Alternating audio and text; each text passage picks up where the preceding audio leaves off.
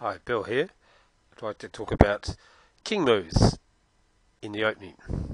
Okay, so there's a few squares the king might move to in the opening. If the king does a normal move, it does forfeit castling, which can be a disadvantage. So it's best to castle in general. Okay, so if the queen sometimes takes the queen, if the d file is open, when the king takes, the king can no longer castle. So sometimes you can follow that up with castling with check.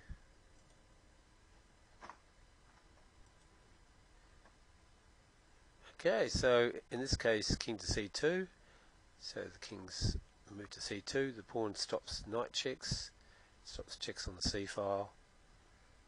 And apart from check on the diagonal, the king's relatively safe in checks. However, the pawn on c4, the king on c2 is not so strong. Can be harassed by knight checks, for example.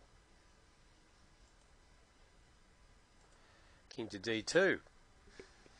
Usually pretty weak. Usually the king is too exposed in the centre, but sometimes you can do it if the central files are blocked. Could be good if the queens have been exchanged, because the king will be closer for the endgame.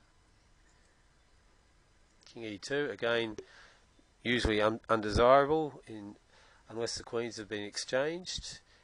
Though there are a few positions where the centre is blocked and the king can be safe there.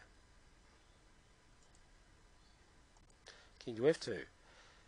Not quite as safe as if you're castled, so you're next to one of these four corner squares, but can be an alternative to castling in some positions.